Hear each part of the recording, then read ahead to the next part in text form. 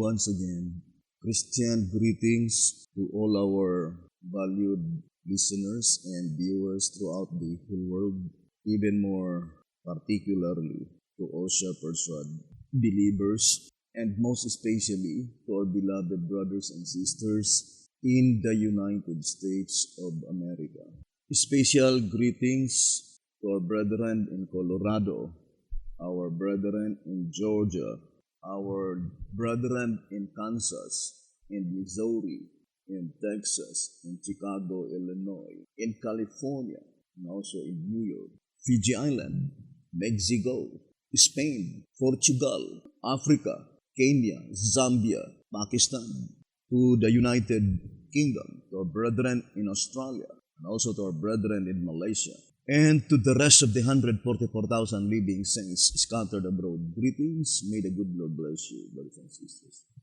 This is our special episode number 11 on the subject, the 66 books in the heavenly sanctuary. And I would like to repeat again that according to track number 3 on page 6, it says, "And since the books are obviously the focal point in the scene, the question naturally arises, what is the reason for books?" So what is the focal point of the judicial proceedings in the heavenly sanctuary? It is the books. And in 2SR 187, it says, "The true worshippers in the earthly who by faith, look forward to the administration of the heavenly were credited in the books of heaven as worthy of life eternal."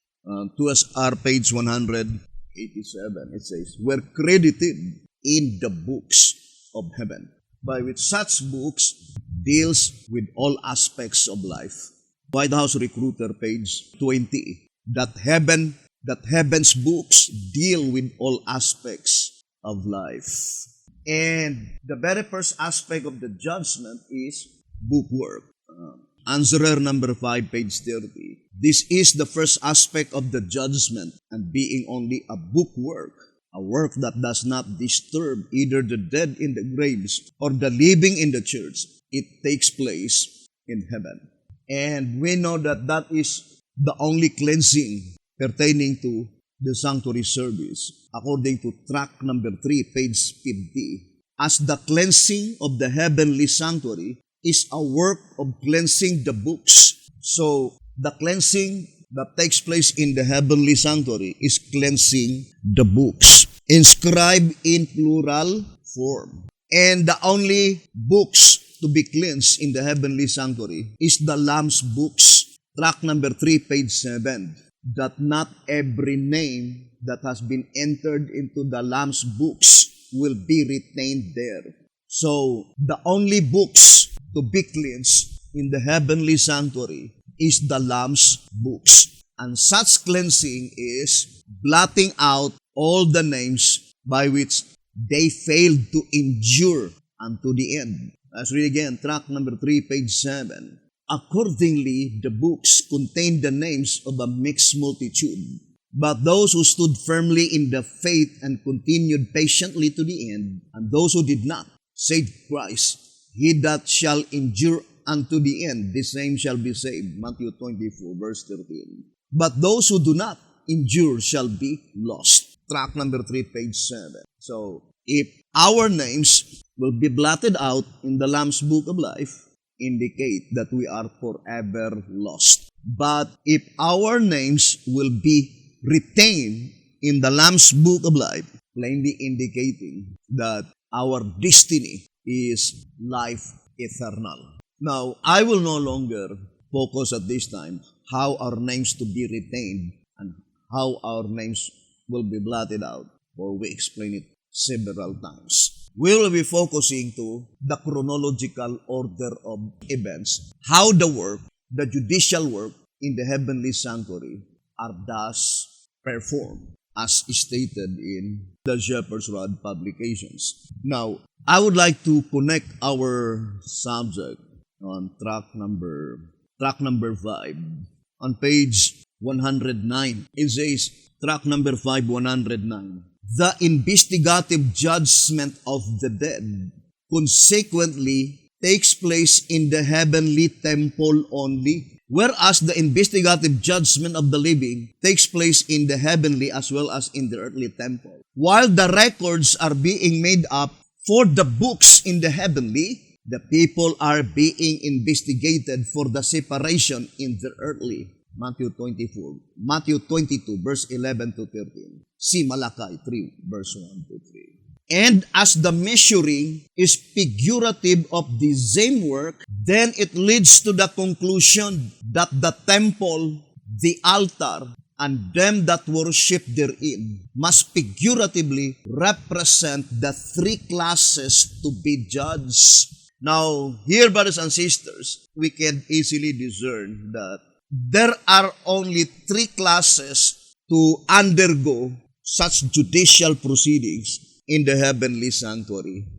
And who are they? They are the temple, the altar, and the worshippers. So the proceedings that takes place in the heavenly sanctuary were clustered by God into three groups: temple, altar, worshippers. Now let us continue reading in tract number 5, page 109. It says, the temple and the altar, inanimate objects, must characterize two classes of inanimate saints, the two classes of dead saints. An altar, moreover, obviously cannot be installed in a temple before the temple is built, and furthermore, in size, it is comparatively much smaller than a temple.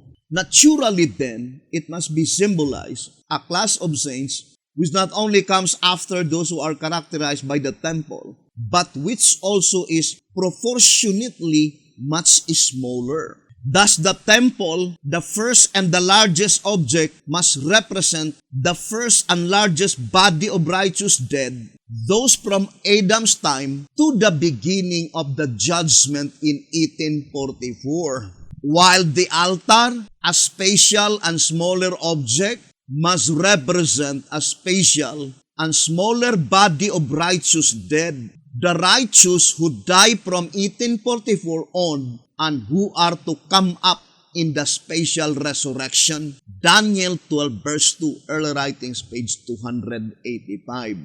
Those who worship therein, being the living saints, are to be measured. They can only be the 144,000, those whom the denomination was, since 1844, to gather in for translation. Tract number 5, 109 and 110. Now let us ponder deeply, brothers and sisters. Here the shepherd's rod plainly told us that there is a group of people by which God commanded that they will no longer be measured, as stated in Revelation 11 verse 2. So let us read now Revelation 11 verse 2 in tract number 5, 110. It says, but the court which is without the temple, leave out and measure it not, for it is given unto the Gentiles, and the holy city shall they tread underfoot 42 months. Then it says, but why leave out the court? Why not measure it also? For since it is a part of the building, it too must be symbolical of saints. Obviously, because it represents the great multitude which no man could number, meaning measure, of all nations and kindreds and people and tongues. Revelation 7 verse 9. The last who come from among the Gentiles. The court, in other words, is symbolical of the immeasurable, innumerable harvest of second fruits brought in after the measurable, numerable harvest of first fruits, the 144,000. It is not measured, meaning investigated, because it represents those among whom there are no bad to be cast out, for they are gathered in after the cleansing of the heavenly temple, Daniel 8 verse 14, after the judgment of the dead, after the separation of the bad from among the good in the church, as illustrated by the parable of the net, Matthew 13 verse 47 and 48.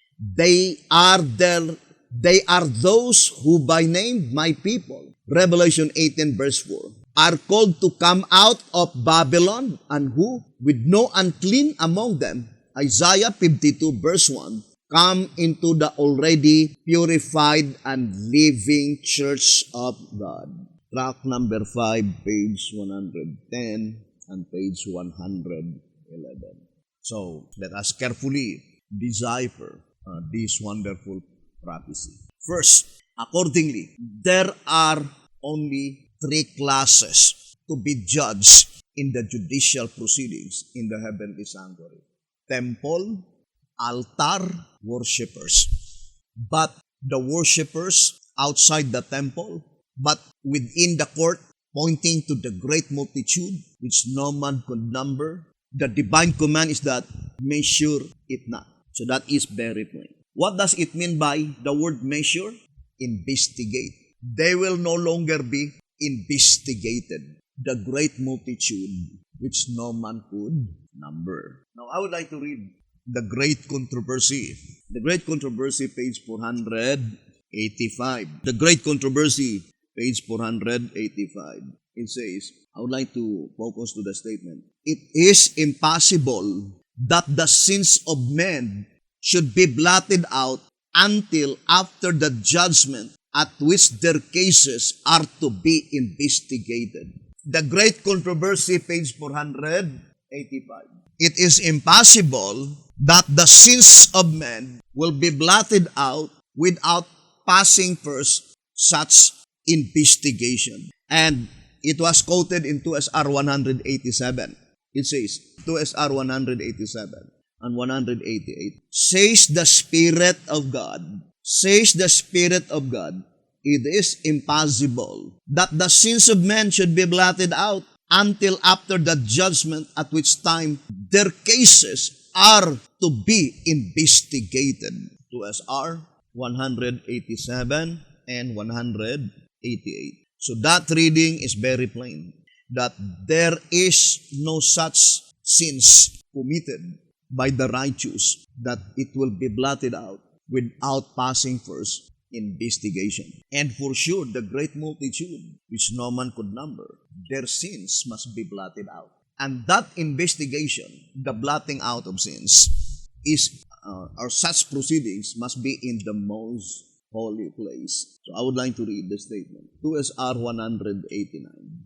During Christ's ministration in the holiest of all, which is a throne of judgment, of blotting out sins, and granting of rewards. So the proceedings to take place in the most holy place is blotting out of sins. Obviously, therefore, we can easily understand, brothers and sisters, that the great multitude will pass the investigation in the most holy place. Otherwise, their sins can never be blotted out. Obviously, therefore, the divine command by which the great multitude will no longer pass the investigation is not in the most holy place, but rather in the holy place.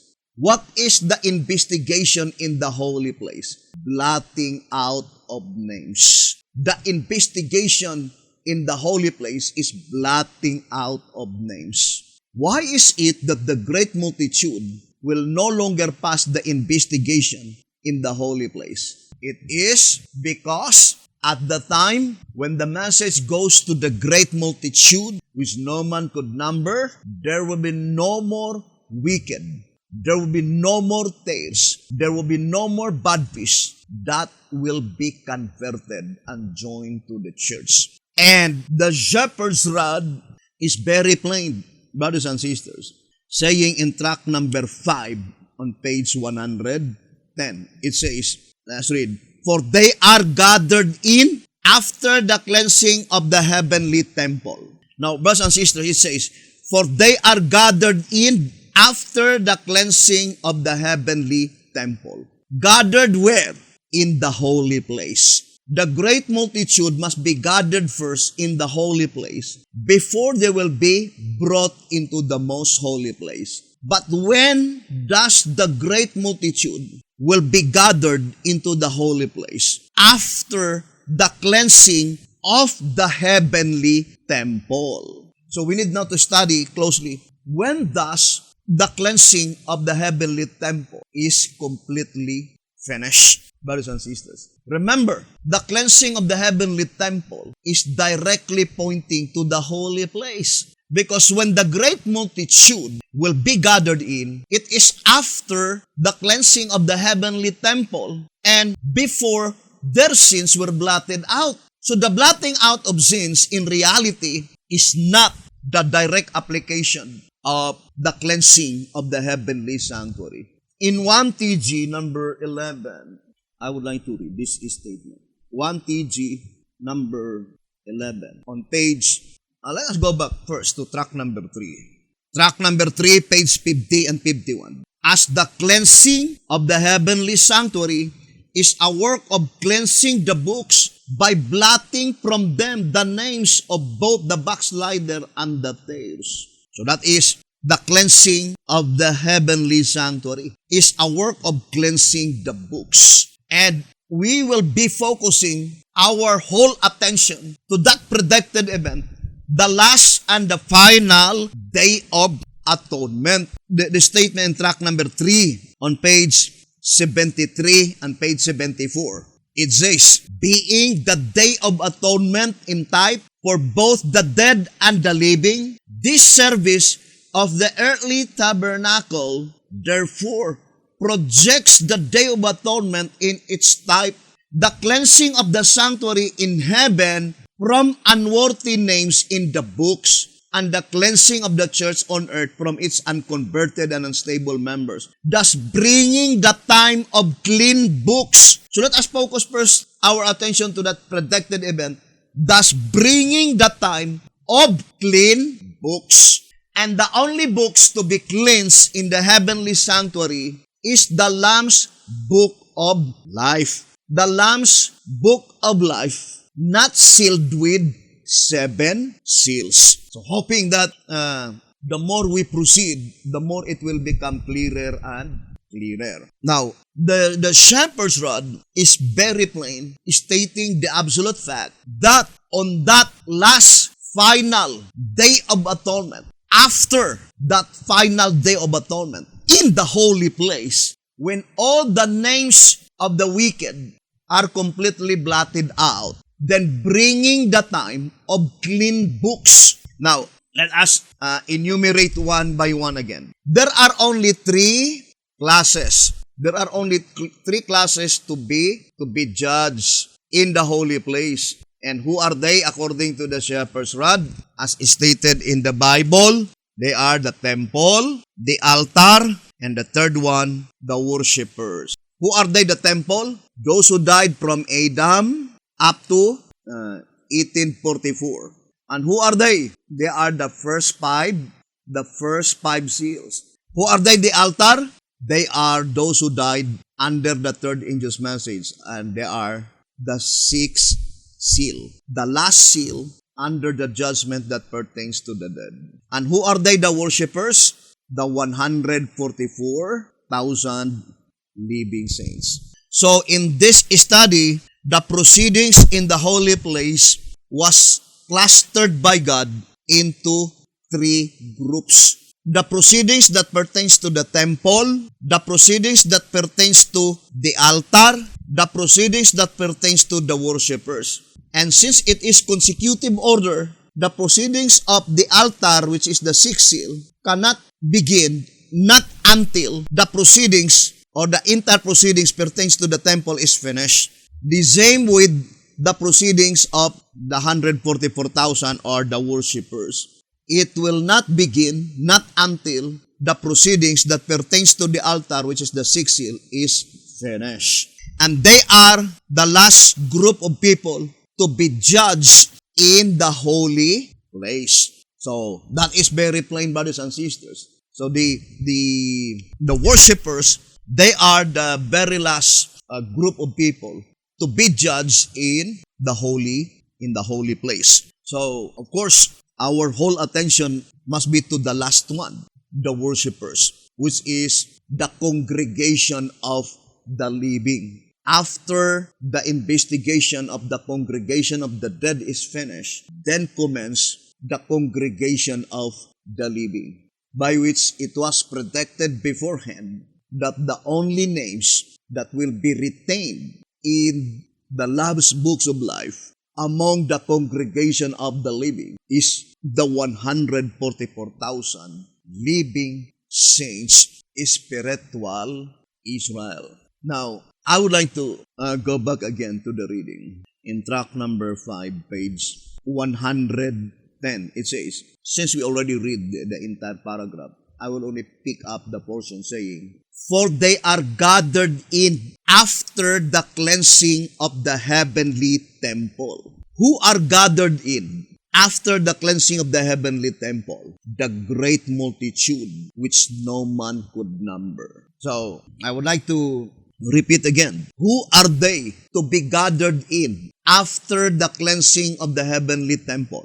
They are the great multitude which no man could number. Where is the place that they will be gathered in? Holy place. So the term gathered in, when it pertains to the heavenly sanctuary, gathered in to the Lamb's book of life, by which that Lamb's book of life are already completely cleansed. And from the time that it was cleansed, brothers and sisters, it will no longer be polluted again, according to the Bible and according to the shepherd's rod. Who are they, the great multitude? They are the living saints to be gathered from all nations. To be gathered from all nations. In this study, both the living saints and the resurrected saints, there are only two classes. Those that had been gathered from all nations and those that had been gathered from many nations. So I would like to show to you, brothers and sisters, the simple illustration. So, worshippers, 144,000 from many nations. Then, great multitude, Revelation 7:9, from all nations. So here, brothers and sisters, this illustration is the same with the resurrected saints. The temple, it was taken from all nations, and the altar from many nations. From many nations. Now, let us focus first to the altar. From many nations. Let us read again track number 5. Track number 5, 110. Track number 5, 110. While the altar, a special and smaller object, must represent a special and smaller body of righteous dead, the righteous who die from 1844 on, and who are to come up in the special resurrection of Daniel 12:2, early writings, page 285. When thus the commencement of the gathering of the altar? 1844. So the gathering of the gathering of the altar commenced in 1844. And they were taken out from many nations. Because there are only two classes of redeemed. All nations, many nations. And logically, the all nations must be bigger than the many nations. The same with the temple. It must be bigger than the altar. So the temple, from Adam to 1844, those who died under the first 5 seals, they were taken out from all nations. Whereas the altar, they were taken out only from many nations, not all nations. Now, let us read again the statement in track number 5. So, track number 5, page 108. Track number 5, page 108, it says, thus the doctrine of the investigative judgment, along with the doctrine of ingathering and numbering the 144,000, comprises the present truth committed to the Seventh-day Adventist denomination in 1844. What is the message committed by God to the Seventh-day Adventist Church? The gathering or the doctrine of ingathering of the 144,000 and the doctrine of the numbering of the 144,000. Brothers and sisters, which is pointing to the investigative judgment. It says, does the doctrine of the investigative judgment, along with the doctrine of ingathering and numbering the 144,000? So, investigative judgment, but what judgment? Analyze closely. What judgment by which committed by God to the Seventh-day Adventist Church? Now, let us read General Conference Special, page 39. Let's read the statement. General Conference Special, page 39. The judgment for the dead, furthermore, is not the message of the great and dreadful day. It does not even touch on the prophecies of the great and dreadful day of the Lord. And since the one by whom the message of the judgment for the dead has unfolded has already been dead this many years, and we know that that is pointing to Sister White. The only message that was ever committed by God to Sister White is only the judgment that pertains to the dead. And it does not even touch the message concerning the judgment that pertains to the living. Now, why is it that the very first vision that was given by God to Sister White in 1844 is concerning the 144,000? So, we need to study closely, brothers and sisters, this very important prophecy. We need to have a complete understanding from 1844 up to this present year, 2021. Now, I would like to read again track number 5. On page 110, it says, those who worship therein, being the living saints, who are to be measured. So the living saints are to be measured.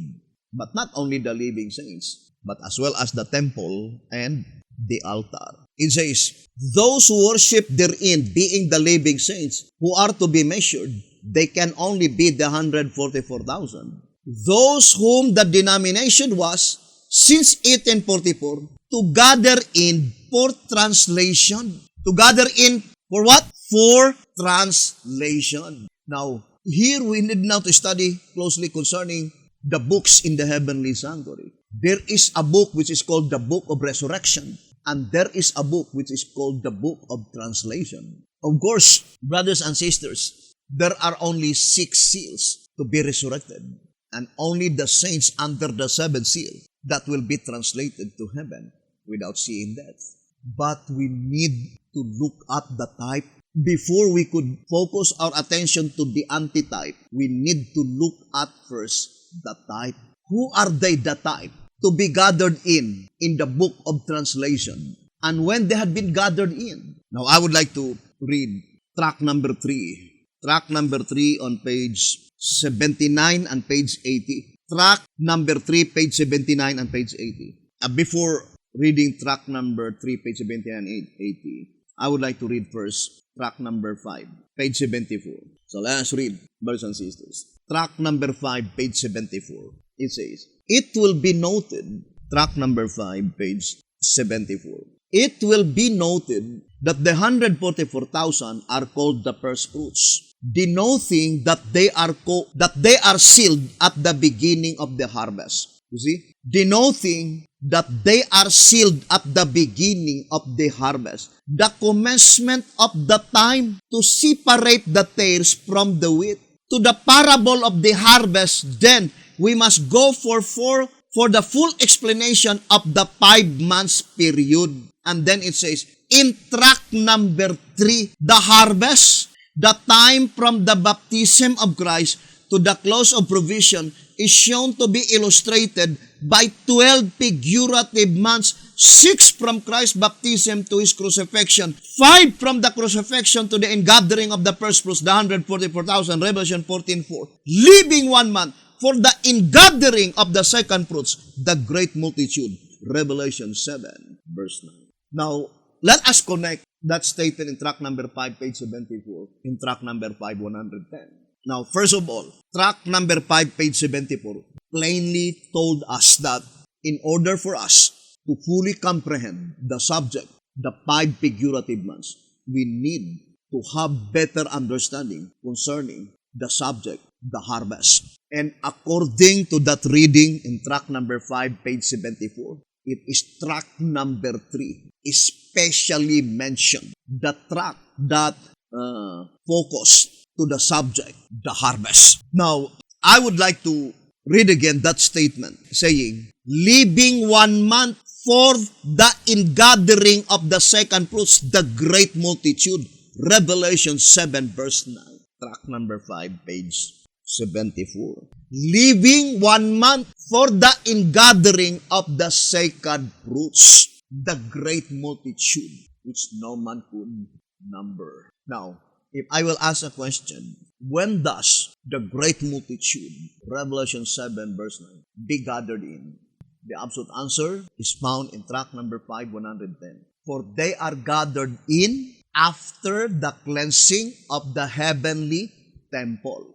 So that statement in track number 5, page 74, must perfectly corroborates to the statement, for they are gathered in after the cleansing of the heavenly temple, leaving 1 month for the ingathering of the great multitude, leaving one parabolical month. When does the commencement of the ingathering of the great multitude? After the cleansing of the heavenly temple.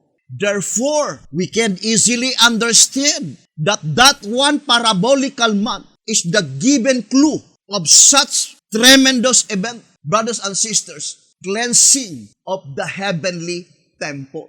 After that one parabolical month is ended, then the heavenly sanctuary is cleansed, then the gathering of the great multitude will then begin after the cleansing of the heavenly temple. Now, let us go back first to the statement in track number 5, page 74, pointing to the worshippers. Who are they, the worshippers? The 144,000 living saints. Track number 5, 110. Now, let us read again the statement. Track number 5, page 74.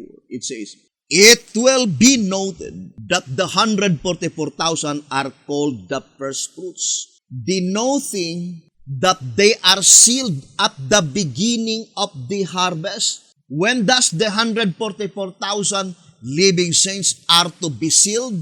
At the beginning of the harvest. Now, we need now to connect to the subject, the harvest. And then it says, the commencement of the time to separate the tares from the wheat. Then it says, to the parable of the harvest. Then we must go for the full explanation of the 5 months period. You want to know the full explanation of the 5 months period? Then study closely the subject of the harvest. And we need to study first the type so that we could understand the antitype. In the judicial proceedings that pertains to the dead, only the heavenly sanctuary is affected. But in the judicial proceedings that pertains to the living, both sanctuary are thus affected, heavenly as well as the earthly. Right? That is the statement, track number 5, page 109. Now, I would like to read to you again, track number 3, page 79 and page 80.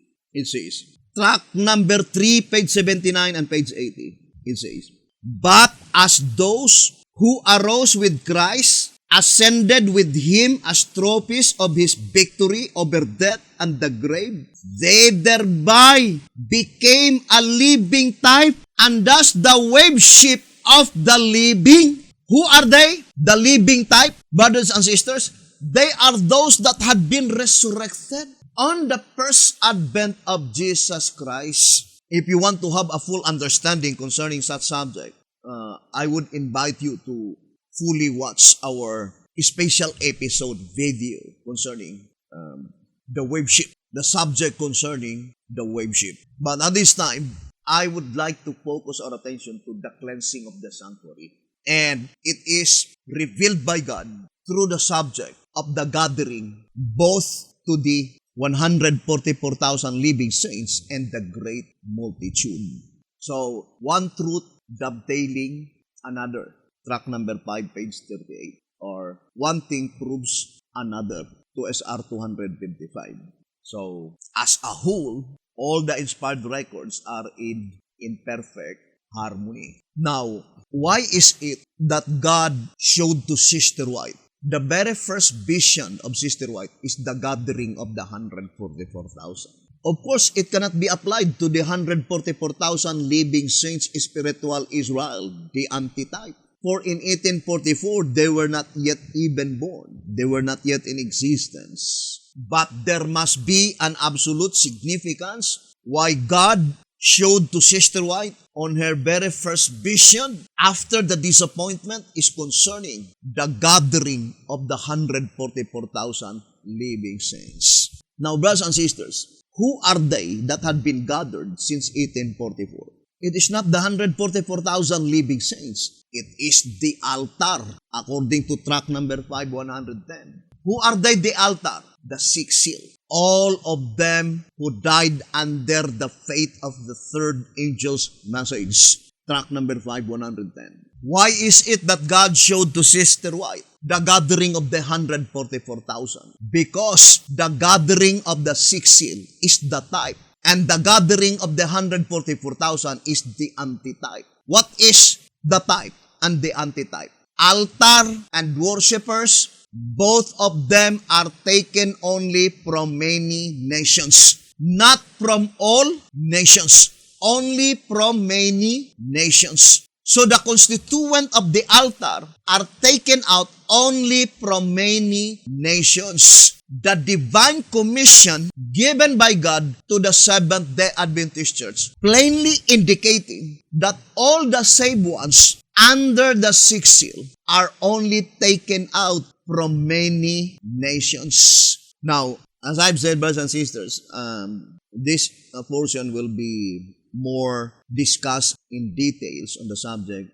the wave sheep and the wave lobes. Now, I would like to read again the statement on the Desire of Ages, saying on page 77, all the ceremonies of the feast are types of the work of Christ. Where? In the heavenly sanctuary. So to understand the occurrence of the earthly sanctuary is to understand the occurrence, the proceedings in the heavenly sanctuary. As also stated in track number 5. Let's read the statement. Here in track number 5 on page, let me see, I think track number 3. Track number 3, page 13. It says, since earthly beings, track number 3 on page 13. Since earthly beings themselves, having never been in heaven, are naturally strangers to heaven's realities. 1 Corinthians chapter 2 verse 9. Then in order for God to make heavenly truth known unto them, He must reveal it by means of earthly realities with which they are familiar. Hence, through the sanctuary work on earth is seen the sanctuary work in heaven. You see? Hence, through the sanctuary work on earth is seen the sanctuary work in heaven. Hebrews chapter 9, verses 1 to 9. Indeed, the sanctuary above, being the pattern of the one below, the services of the former are therefore definitely revealed in the services of the latter. Track number 3, page 13. Now let us focus first to the services in the former, which is the type. Let us read track number 3. It says here, track number 3 on page 76. It says, here we see commanded the observance of 3 harvest rites. So there are 3 harvest rites or ritual. Number 1, the ceremony of the wave sheep at the beginning of the first harvest. What is the ceremony at the beginning of the first harvest? The ceremony of the wave sheep. Second, the ceremony of the wave lobes at the close of the first harvest. So what is the ceremony that the first harvest is closed? The ceremony of the wave lobes. And third, the Feast of Tabernacles at the close of the second harvest. Then it says, being typical, these 2-grained harvest. What is the 2-grained? Wheat and barley, or barley and wheat. Being typical, these 2-grained harvest with their 3 literal sacraments accordingly foreshadow two souls harvest with three spiritual rights, the first of which is the first fruits with wave sheep and wave loaves. Brothers and sisters, you cannot read the statement first fruits. You cannot read the statement second fruits with wave sheep and wave loaves, but only the first fruits. So how does the shepherd's rod explain the word with?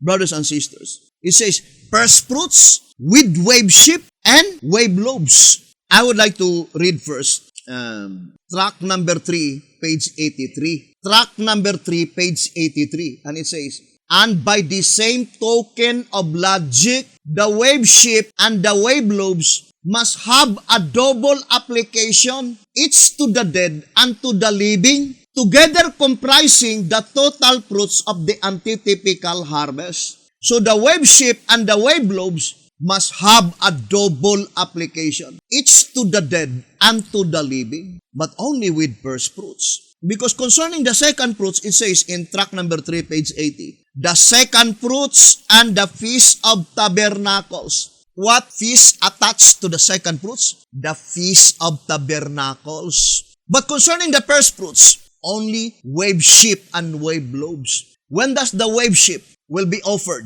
During the Passover week. The wave loaves during the Pentecost. So the subject that pertains to the first fruits is only Passover and Pentecost. Brothers and sisters, that is pointing to the Passover and the Pentecost. But where is the particular place pointing to Passover and Pentecost? Of course, it must be pointing to the occurrence on earth, because the only occurrence that pertains to the heavenly sanctuary, the focal point is the Day of Atonement. There is no Day of Atonement on the earthly sanctuary in the priesthood of Jesus Christ. The only Day of Atonement is in the heavenly sanctuary, which is either blotting out of names or either blotting out of sins. Now, let us focus to what is the first harvest rite, or called ritual or ceremony, which pertains to the wave sheep, by which it says in track number 3, page 76, the ceremony of the wave sheep at the beginning of the first harvest. So let us focus to the ceremony of the wave sheep at the beginning of the first harvest. Now, let us read the statement in track number 3, page 78. The wave sheep was to be offered on the morrow after the Sabbath, that is on the first day of the week, now commonly called Sunday. This offering was to be presented not on a special day of the month, but rather on a special day of the week, before the sickle was put to the grain and gathered into sheaves. Leviticus 23, verse 11 and verse 14. So, the shepherd's rod made it so plain, as stated in the Bible, in Leviticus 23, verse 11, 14, that they were not permitted to gather, brothers and sisters, the first harvest, not until they could offer the wave sheep offering, brothers and sisters, after the first day of the Feast of Unleavened Bread. And we know that the first feast occurred on April 15. And in this study, it is very important to understand that there are 7 patterns of Bible calendar.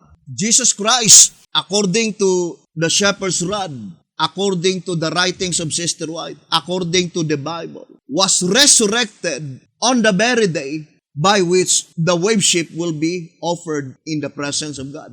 So, let us read track number 3, page 78 and 79. It says, coming just at the right time, in the season of the first fruits, the Passover week was the period in which the wave sheep was usually offered before the Lord, its ritual prophetically projecting Christ, the antitype of the wave sheep. For more than 1,000 years, the annual waving of the sheep pointing forward to its antitypical event, the resurrection of Christ. And as Christ arose on the very day that the wave sheep was to be offered, the day after the Sabbath, let no one attribute the singular concurrence of these two events on that day to mere coincidence or to any cause other than divine design. He was the antitype of the wave ship, declares the spirit of prophecy, and his resurrection took place on the very day when the wave ship was to be presented before the Lord.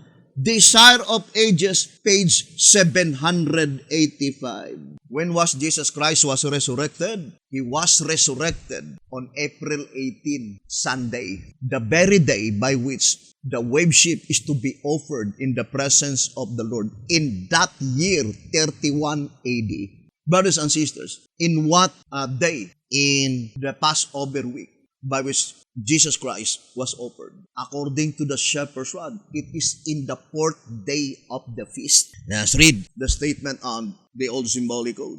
3 symbolic code, 8 to 10, page 11. If we will be familiar, brothers and sisters, in this study, you can easily discern and recognize that this coming Day of Atonement is the last and the final Day of Atonement among the congregation of the living. Now let us read 3 symbolic code, 8 to 10, page 11. It says, now the only disagreement between the shepherd's rod and the desire of ages on this subject is that the desire of ages says that on the 2nd day of the feast, the first fruits of the year's harvest, a sheaf of barley was presented before the Lord.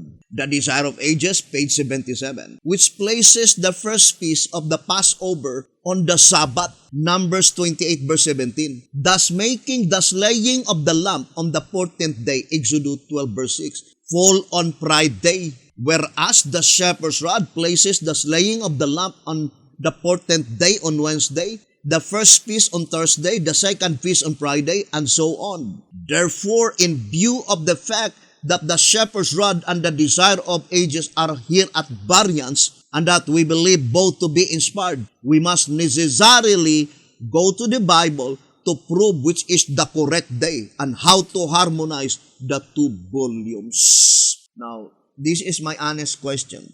Does the shepherd's rod and the writings of Sister White are at variance or in disagreement? The absolute answer must be no. Since both writings are inspired by the same spirit of inspiration, there is no possibility that they will contradict each other. In the days of B.T. Hotep, the statement, the shepherd's rod and the desire of ages are at variance, not in reality, but only in understanding. It seems it was in disagreement. But the thing is that both of them must be correct. And since the shepherd's rod is very clear that Jesus Christ was resurrected on the 4th day of the feast, by which April 14 in 31 AD fall on Wednesday, I would like to show to you. So, this is 31 AD. 31 AD. It is also stated word for word in the Great Controversy 327. April, Sunday, Monday, Tuesday, Wednesday, Thursday, Friday, Saturday.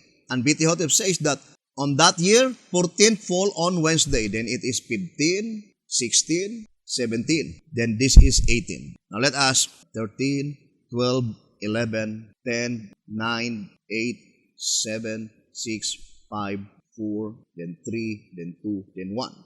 B.T. Hotep made it so plain that Jesus Christ was resurrected on Sunday, the 4th day of the feast. This is the first day, second, third. Then this is the 4th day. Just project 31 AD, April pattern number 6. So this April 14 is called the Passover day. Then the commencement of the Passover week commenced on 15. But the vision that was shown to Sister White is not the same because it is on the 2nd day of the feast that the wave ship is offered. So the vision that was shown by God to Sister White is not pointing to the resurrection of Jesus Christ. It must be another event because the resurrection of Jesus Christ was resurrected on the 4th day of the feast, not on the 2nd day. And the shepherd's rod made it so plain that if the wave ship will be offered on the 2nd day of the feast, then this is the arrangement of the calendar: Sunday, Monday, Tuesday, Wednesday, Thursday, Friday, Saturday. So it must be Saturday must be 15. Then 16, Sunday. This is the second day of the feast. Second day. And that is pattern number 2.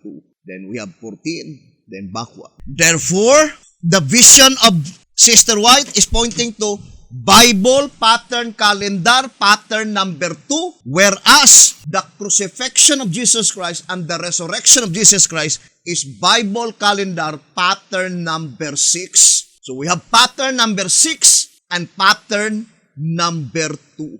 And brothers and sisters, there is no possibility that you could comprehend this very important subject unless the Bible creation calendar must be restored first. Because the key word in this study is the Bible pattern calendar. And there are only 7 patterns because there are only 7 days in 1 week. And let us project first the 7 patterns of Bible calendar. These are the 7 patterns of the Bible calendar. From pattern number 1 to pattern number 7. You see, brothers and sisters? Pattern number 1, April 1, fall on Wednesday. Pattern number 2, April 1, fall on Saturday. Pattern number 3, April 1, fall on Tuesday. Pattern number 4, April 1, falls on Friday. Pattern number 5, April 1, fall on Monday. Pattern number 6, April 1, fall on Thursday. Pattern number 7, April 1, fall on Sunday. Then, go back to the same pattern, brothers and sisters, after the 7-year cycle. So, there are only 7 years cycle. Then, go back to pattern number 1. Then, another 7 years. Then, go back to pattern number 1.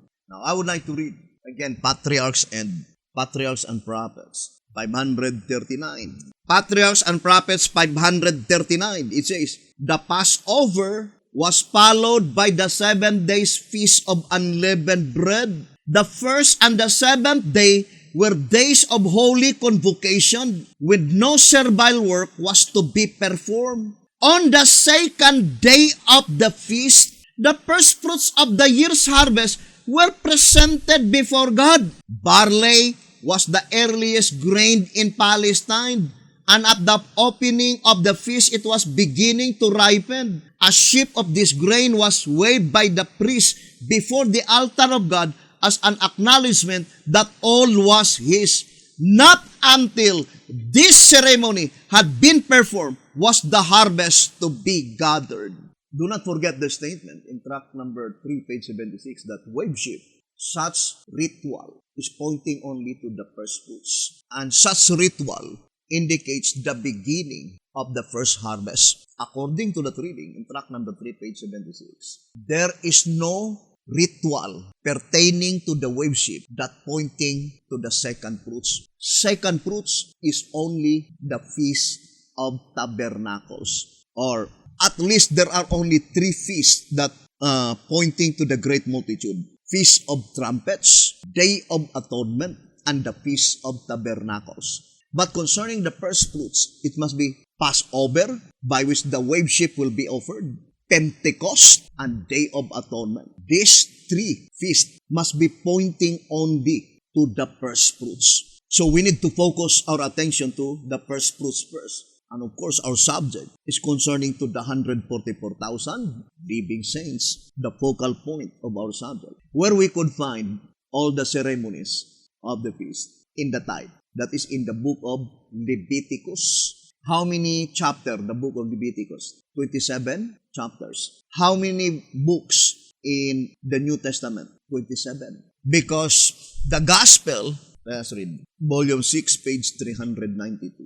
The gospel is given in precept in Leviticus. I would like to read again. Volume 6, page 392. The gospel is given in precept in Leviticus. Now, where we could find that statement that on the 2nd day of the feast, the wave sheaf will be offered in the presence of God. Now, first of all, we need to go back to Patriarchs and Prophets. Let's read 537, the annual feast. So I would like to read to you.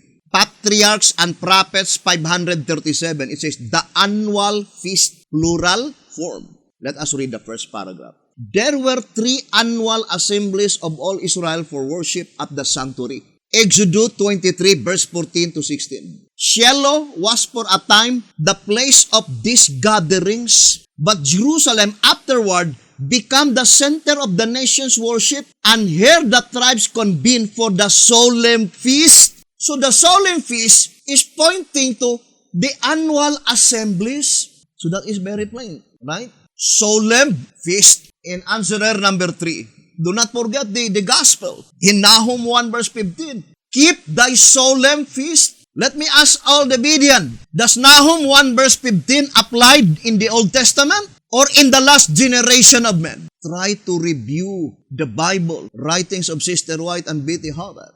And there is no other solemn feast recorded in the Bible, recorded in the writings of Sister White and the Shepherd's Rod publication, except the Holy Feast, the annual feast. All the Bidians, they have annual feast.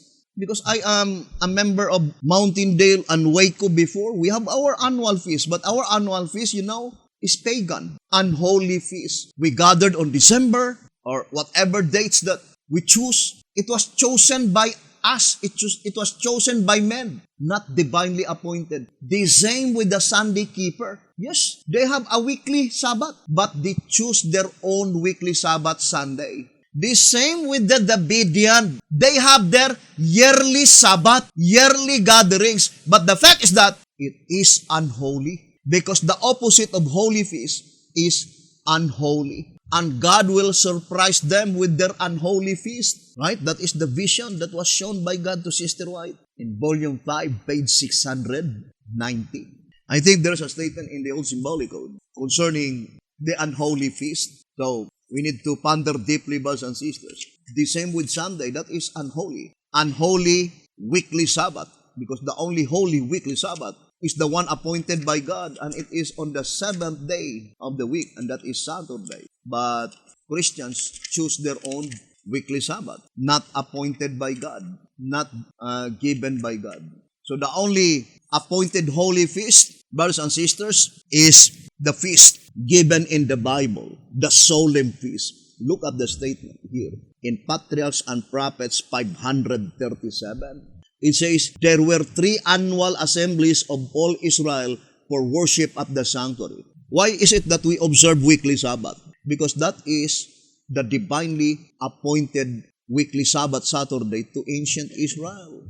And would you think God gave another yearly Sabbaths to modern Israel? It cannot be proven, because the apostles in 54 AD, they still observe the Holy Feast. And it is concerning Passover, Pentecost, as mentioned in Acts of the Apostles 389, 390, and 391. Although, that is not my subject at this time, because I want to prove to you that in all angles of the prophecy, we can concretely build the absolute fact that this coming Day of Atonement is the last and the final Day of Atonement. Now, I would like to read again the statement.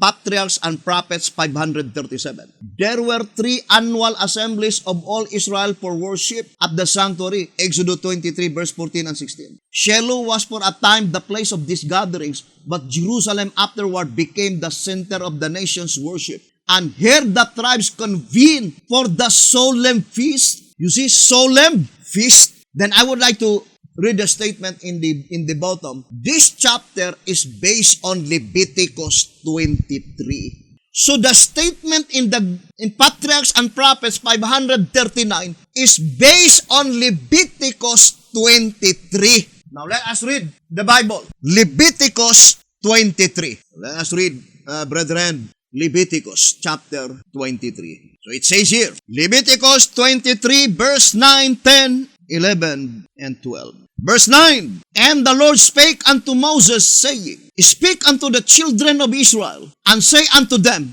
When ye become into the land which I gave unto you, and shall reap the harvest thereof, and they shall bring a sheaf of the first fruits of your harvest unto the priest. Leviticus 23 verse 10 is a prophecy when ye become into the land. When ye entered into the land. And then it says, and ye shall wave the sheep before the Lord to be accepted for you. On the morrow, after the Sabbath, the priest shall wave it. So the Bible is very plain that Leviticus 23, verse 9, 10, and 11, and 12, it is a prediction when they will come into the land in the border of the promised land. And the prediction is perfect. Now let us read Patriarchs and Prophets. Let us read the statement given by the voice of inspiration. Patriarchs and Prophets. So it says here, the voice of inspiration is very plain in such historical event, brethren, that because of their rebellion at Kadesh, they were not, let me read to you, 406 in Patriarchs and Prophets. During these years, the people were constantly reminded that they were under the divine rebuke. In the revelation at Kadesh, they had rejected God, and God for the time rejected them. You see, brothers and sisters? And we know that, brothers and sisters, so I would like to read to you the statement. Patriarchs and Prophets, page 406. During these years, the people were constantly reminded that they were under the divine rebuke. In the revelation at Kadesh, they had rejected God, and God had for the time rejected them. Since they had proved unfaithful to His covenant, they were not to receive the sign of the covenant, the rite of circumcision. Their design to return to the land of slavery had shown them to be unworthy of freedom, and the ordinance of the Passover instituted to commemorate the deliverance from bondage was not to be observed. You see, the historical event. I would like to show to you the simple historical event. According to the Shepherd's Rod, in 1 SR 115, 116, they came out from Egypt 1491 BC. Then they celebrated the Passover on the wilderness in 1490 BC. And this one is pattern number 4. This one is pattern number 5. Then, in 1489 BC, and this one is pattern number 6. They celebrated the Passover under the leadership of Moses while in Egypt. And then, they celebrated the Passover in the wilderness in the leadership of Moses only in 1490 BC, pattern number 5, and then 1489 BC, pattern number 6. But in 1488 BC, they were no longer permitted to observe the ordinance of the Passover because of their rebellion against God. The ordinance of the Passover, according to the voice of inspiration, it was suspended. When it was restored again, that they were commanded by God to observe the Passover. Now let us read Patriarchs and Prophets 485. Patriarchs and Prophets 485. And also 613. So, we have two passages. 485. A short distance from Jordan, the Hebrews made their first encampment in Canaan. Here Joshua circumcised the children of Israel, and the children of Israel encamped in Gilgal and keep the Passover. Keep the Passover, the suspension of the rite of circumcision, since the rebellion at Kadesh had been a constant witness to Israel that their covenant with God, of which it was the appointed symbol, had been broken. And the discontinuance of the Passover, the memorial of their deliverance from Egypt, had been an evidence of the Lord's displeasure at their desire to return to the land of bondage. In 613, in Patriarchs and Prophets, it says, Gilgal had been the place of Israel's first encampment in the Promised Land. It was here that Joshua, by divine direction, set up the pillar of 12 stones to commemorate the miraculous passage of the Jordan. Here circumcision had been renewed. Here they had kept the first Passover after the sin at Kadesh and the desert sojourn. And the absolute fact is that was on the second day of the feast. So what Leviticus declared, Leviticus 23, verse 9, 10, and 11, predicted beforehand that when the ordinance of the Passover will be instituted, again, it must be on the second day of the feast. By which such event, brethren, is typological, pointing to the last section of the second Exodus under the leadership of Joshua. And we are rest assured, brethren, that this is the very year, because this year is pattern number 2. There will be no other year, brothers and sisters, to fulfill the event, to fulfill the prophecy, except this year. For if this year is not the fulfillment of the prophecy, since the Bible calendar, there are 7 cycles. Brothers and sisters, 2022, Bible calendar, this is pattern number 2. Pattern number 2. Therefore, 2023, pattern number 3, 2024, pattern number 4, 2025, pattern number 5, 2026, pattern number 6, 2027, pattern number 7, 2028, pattern number 1, 2029, pattern number 2. The prophecy is very clear that the sealing of the 144,000 first fruits, there must be ritual. And what is that ritual? The offering of the wave sheep. When would be it will be offered? Second day of the feast. What Bible pattern calendar? Pattern number 2. Now this year is pattern number 2.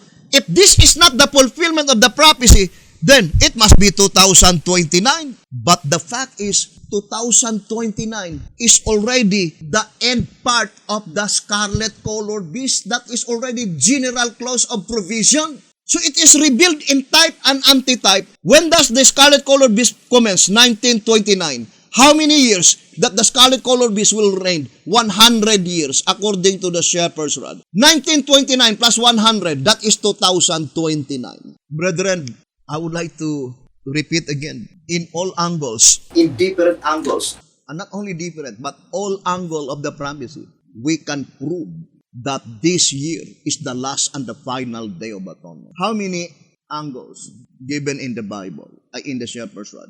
I would like to enumerate one by one. One is our packet edition, page 37, that the Bible reveals its tremendous truths in diverse ways. First, in numerics. In numerics, we can prove to you that this year is the only year that will fulfill the prophecy concerning the sealing of the 144,000, both in the heavenly and earthly sanctuary.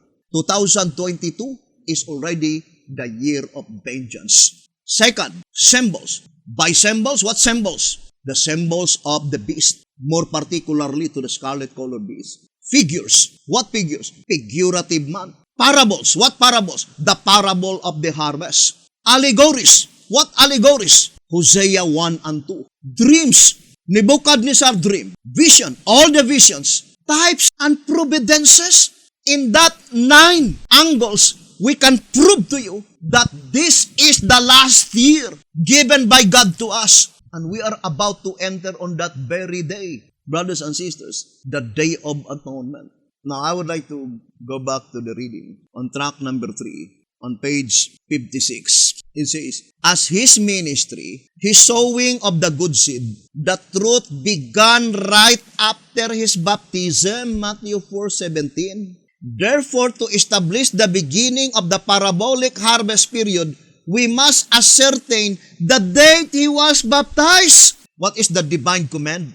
In order for us to ascertain clearly, to establish firmly the parabolic harvest period, we must ascertain clearly the date he was baptized. What date Jesus Christ was baptized? The answer is found in track number 3, page 57.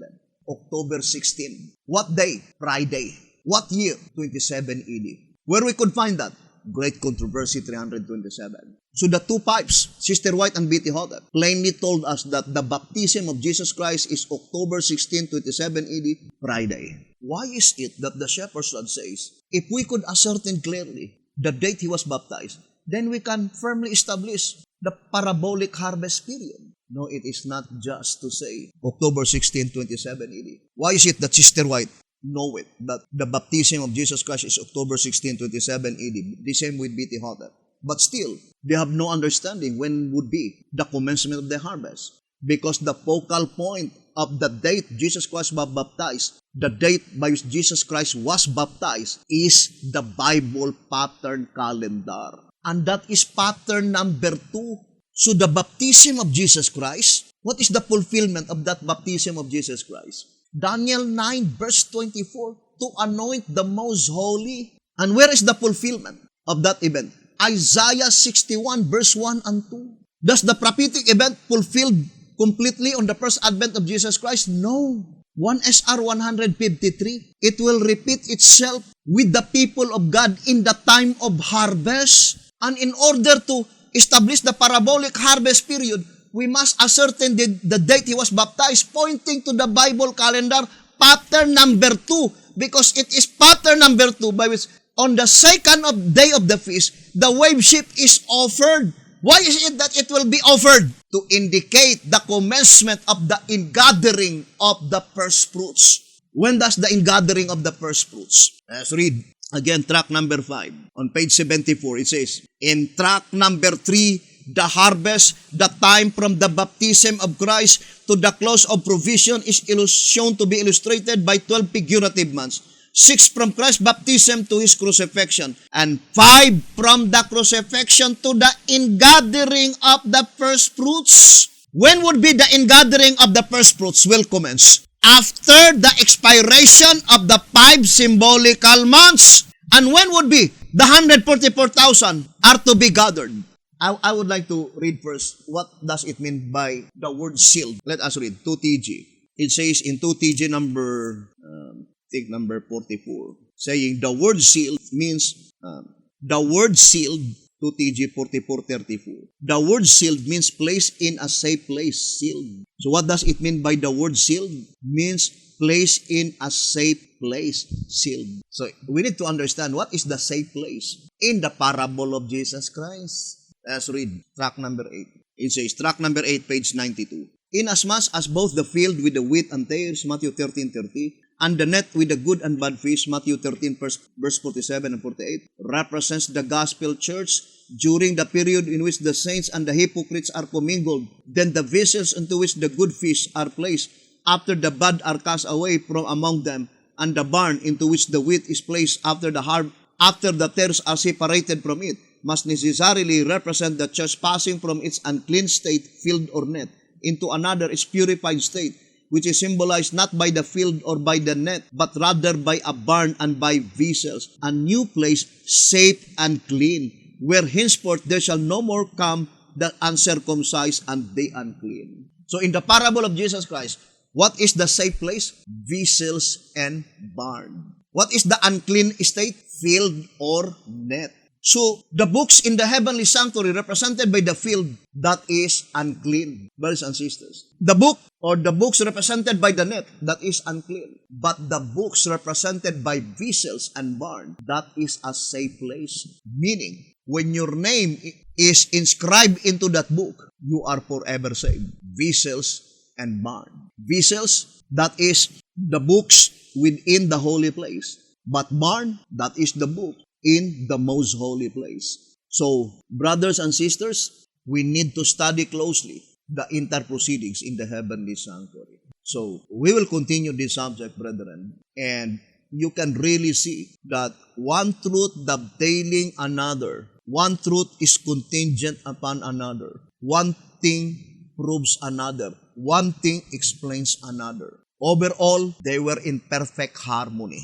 So, that is how the interplan of redemption is completely revealed. To let us know that all the words of God from the Bible, writings of Sister White and B.T. Hotep, being written with the same spirit of inspiration, the inspiration of the Spirit of Christ, all of them are in perfect harmony, never in contradiction. So there are only 2 records in the Bible, as explained also by the 2 golden pipes, concerning the ceremony of the wave ship. That is pattern number 6 and pattern number 2. No other that had been ever recorded in the Bible.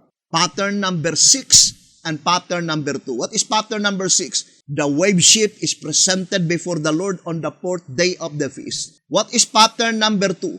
The wave ship is presented before the Lord on the 2nd day of the feast. So we will continue that subject, brothers and sisters. And to repeat again, this year, 2022, is pattern number 2. If this year is not the fulfillment of the prophecy, then we will be saying that it must be in 2029. But no, because that is already the boundary line of the scarlet colored beast, the destruction, brothers and sisters, of the false prophet and the beast cast alive into the lake of fire on that year, the year 2029. Therefore, there is no other year. This is the last remaining year in provisionary time as pattern number 2.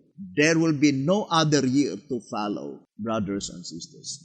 Thank you very much for listening and viewing this program. May the good Lord bless you and have a beautiful, wonderful evening.